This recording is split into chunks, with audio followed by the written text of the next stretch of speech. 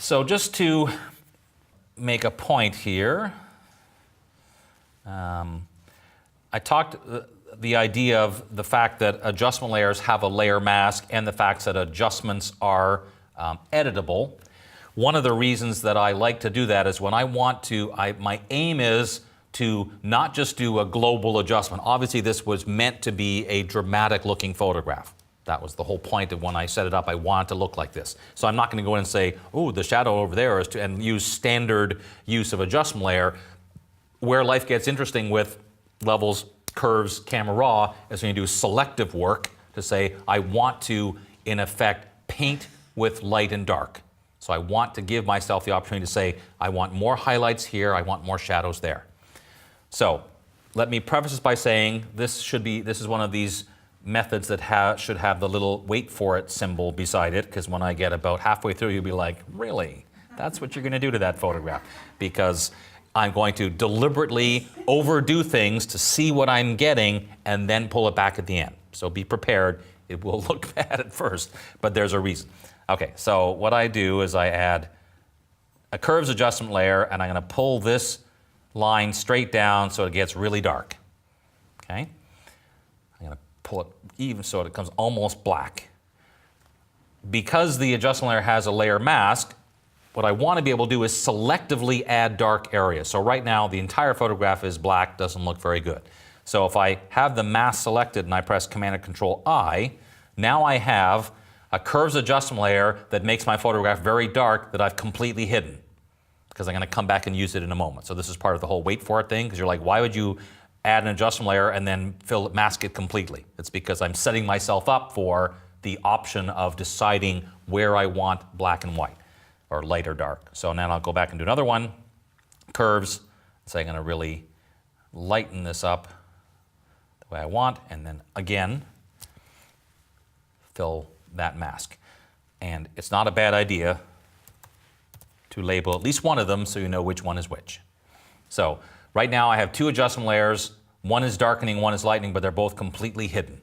So the way a layer mask works, again, if you're unfamiliar, black hides, white shows.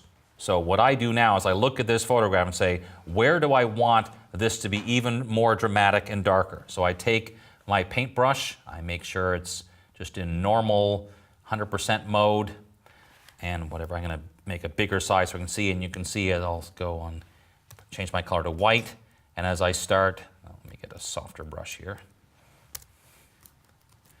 Sorry, should have done that first. Okay, there we go.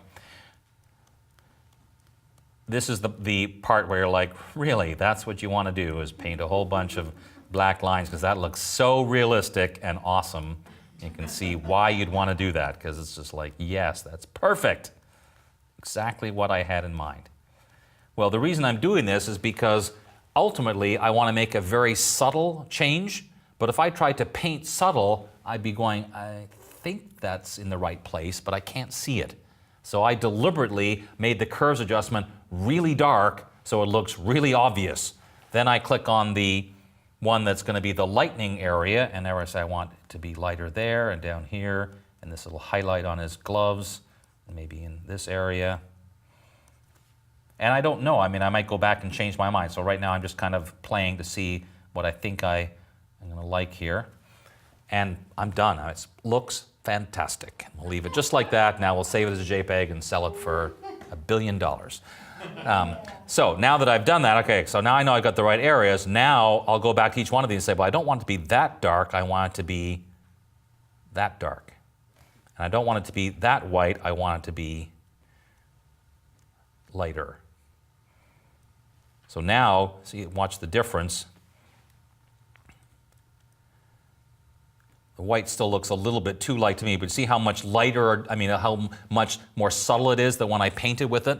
And the reason I always show this method, because I watch people who make a change like so teeny tiny, and then they are like, looked around and going, I can't really, I think that's, why are you doing that? That's too hard. The whole point of adjustment layer is it lets you end up with the result that you want. And there's one last thing I would probably do in this case, especially with the highlights. I think they're still a little bit too bright. Of course, I could just lower the opacity a bit. But the other option that's really nice is when you work with the layer mask, There's also this feather command. This is like feathering after the fact instead of feathering a selection. And now by moving this slider, I can take away so that now those highlights don't look quite so glaringly obvious like they did when I painted them. Now, what may well happen is you might get halfway through this and go, okay, scratch that whole painting highlight thing. I did a bad job there. I'm going to fill the mask with black again and use a smaller paintbrush. So nothing in this process is ever like, oh, well, I've kind of painted myself into a corner, because it's not. You could do exactly the same process with 2 camera raw versions, fill it with black and paint it on. So I mean, how you get, or you could do levels. That part is no different. The process, though, is make one adjustment for dark, one for light that you temporarily overdo deliberately so you can see where you're painting with the mask. Then pull the values back to a more reasonable number, and if necessary, make further tweaks. Paint more on the mask, change the feathering, whatever it might be. Okay? Particularly for something like this where it's already dramatic, but even if we were just working on, you know, I've got a landscape photograph and I want to make an interesting black and white. So I'm just going to first of all convert it to black and white, but then I would do this exact same process. Add a curves adjustment layer to darken, one to lighten, and start painting in where I want. Just like, you know, people talk about Ansel Adams all the time and that, you know, he was a purist. Well, he'd spend a lot of time in the darkroom getting things to look exactly the same with dodging and burning and all that kind of stuff. This is the same thing, the same idea, just we're doing it digitally instead of manually. Now, Russ, earlier you asked a question about automation. This would be an example where if you find you have a bunch of images where in each case you know you're going to want to do some painting with light, black, and white, you could record an action that said, add a curves adjustment layer, make the mask black, add a curves adjustment layer, make the highlights bigger and fill with black, and then that's your action. So at least it's got you right to the point of being ready to paint with either darks or lights to get the detail really the way you want. Okay? And again, it doesn't matter if you use curves or levels, because all we're doing is saying overall dramatically I want darker, lighter, that kind of thing. Okay. Okay. Let's see. Let's. Oh, I did want to show you this one just to. Let's reset this. So I'm going to open this as if it's just a regular old photo, not a camera raw file. So I don't want to get lost in the shuffle. The fact that that tat on image control thing in curves is really very powerful, and this would be a good example where we face a challenge, because if I just did levels normally and said make it brighter because I want to see what's inside the window, to be able to see what's inside the window, now everything else is blown out too much, and this is where levels loses a bit of its shine. If I didn't have curves, I'd end up making 2 levels adjustment layers with masks and so on. But what I can do with curves that gives me that more control is using that on-image control thing and say, well, I want this part to be brighter inside the window, but these areas still need to be a little darker. So it's giving me the ability just by on-image, okay, I went a little too far there. But this is kind of the idea that curves gives you that other ones don't, is you can just say that area there needs this and this area there needs that. Now, you can, of course, like anything in life, go too far and suddenly get something that looks really horrible because you've got a curve that's just all over the map and has that look that just doesn't look realistic at all. But at least that's another, when you have something with really big contrast between a dark area and a light area that you're trying to adjust, that's where curves has its strength. Because I spend so much of my time doing multiple camera raw things, I would probably do this first. If I didn't like it, I would go back to that exact same method of doing 2 different camera raw versions, one for the part inside the window frame and one for the part outside, just to be able to get the result that I wanted. Now, there's one particular process of curves that's very interesting, is that curves is one of the few areas where you can really do things numerically. So back in the old days of print, it's hard to imagine this now, but the original color separators actually there was no such thing as a color monitor, so they used a grayscale monitor and just knew by measuring what color values were and would make adjustments based on numbers, values of red, green, blue, or CMYK, which is hard to imagine that's how they did it. But there are still times in Photoshop where that's a valuable thing to do, because compared to any other alternative, it could be more challenging. So here's a scenario where someone actually sent me this photograph and said, what would you do in a case like this? Had all these wedding photos, and it was a destination wedding in Florida. So all those people from Minnesota who got to Florida didn't realize you shouldn't just sit out in the sun when you haven't been in the sun very much. Suddenly, in the wedding party, had people with really bad tan lines because of the bridesmaids' dresses they had already chosen. So it was like, okay. So they were like, can you just not make that so she doesn't have tan lines anymore? It's like, well, maybe. Now, one option would be to try something like cloning, patching, or whatever, which is potentially would work. But one of the things that's kind of interesting, and I do apologize that I have to zoom into this particular area of the photograph, but that's where the problem exists. So, we just have to live with that. Just for a minute. So what I want to do is I want to make the untanned area match better with the tanned area, or the sunburn, whatever you want to call it. So instead of guessing, then one of the things that I can do is use this method. And this applies for, happened to be the photograph I chose, but it could be there's a really dark, annoying shadow on the wall that you wish wasn't so dark. So anything where you're trying to make two parts of what should be really the same color match, this is an approach you can take. So we need two color samplers. What it's supposed to be, so in other words, the area where there's sunburn, and what it currently is. And you just have to remember which one is which, and I usually do always the same order. This is what I want it to be, this is what it currently is. So I'm putting two color samplers on there. Then we add a curves adjustment layer. He said, oh yes, there it is. And if you remember, I turned on this little on image control all the time. If it wasn't on though, you'd have to click on it for this next step to work. And this is a kind of a mysterious thing, but this is just the way it works. So when you try it the first time, don't be surprised if it looks like nothing has happened until you move on. Because what we need to do is hold down two keys, Command Shift on the Macintosh, Control Shift on Windows. And we're going to click right on top of the area we need to fix, which in my case is the marker number 2. When I do that, at first it looks like nothing has happened. But if I go to each individual red, green, and blue, you'll see there's actually a mark now on each channel. So that's what that just did. So what's going to happen, though, is we're going to use this little thing called the info panel that, if you didn't find, it would be under the window menu. I happen to have it floating around there. And normally as you move your mouse around, see how the values are constantly changing? But look at the 1, I almost said the 1 and the 2. It sounded like Lawrence Welk there. The 1 and the 2. It's showing me the red values are this and in number 1, and they're this in number 2. So what I want to do is basically tell Photoshop, we'll take all those values from number 2 and match them to number 1. Okay? This is, by the way, much easier than it sounds when I'm describing it. So when you go through the steps, the first time it takes you half an hour because you're kind of going, what? And the second time it takes 3 minutes because you know the process. So basically, we've marked number 2, which is the part that needs fixing. We've marked number 1 to say these are what the color values should be if they were the same color. So see down at the bottom here, when I have this, I'm in the red channel now, and I've got this spot selected. It says input 199, output 201. Okay? I think I shifted it just a little bit by mistake, so I'm going to put it back what it should have been.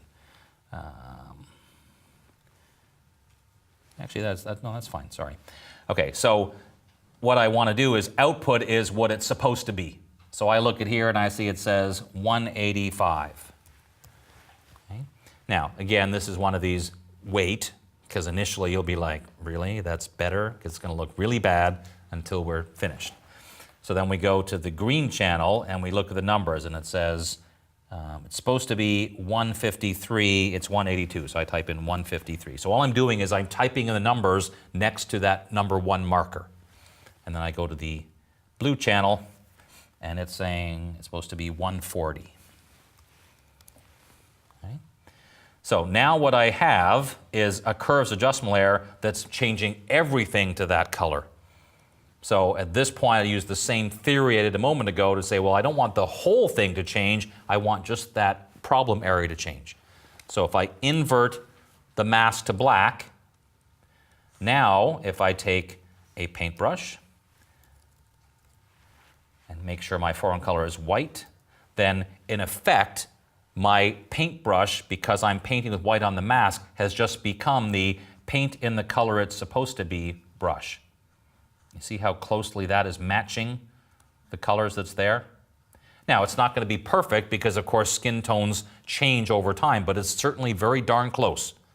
And especially when you have something like a blue wall with a dark shadow, it's really just two shades of blue that are off. Here we've got other issues with skin tones and freckles and everything else, but you can see we're already very, very close. And this is where I would take advantage of my Wacom pen by changing the pressure sensitivity. I want to make sure I don't touch her dress. I did a little bit there because that's going to shift the color of her dress. But look at the difference. I did that pretty quickly. It's pretty darn close already. Now on top of that, usually what happens in about 8 out of 10 cases, I would say, is you still see a bit of a line between where you fixed and where it was good. So I would add a blank layer and use one of the tools like healing brush or something just to go along that border and kind of make sure we're not seeing an obvious border thing happening. Just to make sure there's no... Really what we're trying to do is, the challenge here is you all saw the original photograph. So you're, oddly enough, staring directly at that part of the photograph because you know where the difference was. But ideally, it's going to be this size, and you're going to just say, here's the finished photograph, and hopefully no one goes, what's with her chest? You know, that tells you maybe you need to do a little more work on it. But one of the challenges that we face is when we're doing this kind of before and after, we know where it is, so we tend to stare right there and go, oh, that looks too obvious to me. But the test is, show someone who didn't see the before only the after photograph. And if you show the after and they still go, ooh, what's happening there? Again, they need more work. But if they look at it and go, oh, okay, and nothing jumps out at them, that suggests you did a pretty good job. So this is the one area where curves shines, because it's the one place where you can be that specific to say, numerically, the value should be like this. Some people color correct their photographs that way all the time because they have color values in their head that say shadows should be this and highlights should be that. I don't think that's as necessary. And the bottom line is levels, curves, camera raw all do a very good job. They all have their own strengths. Personally, I tend to use mostly camera raw just because it's the most intuitive and gives me the most control. So you can use any one you want, but keep in mind that thought process of always ending up and giving you as much flexibility either with adjustment layers or the smart filter concept. Okay? Can we get a really quick clarification for a couple of folks? How did you place the markers? What tool was that? Okay, the markers are actually, it's the same slot as the eyedropper. It's called the color sampler tool.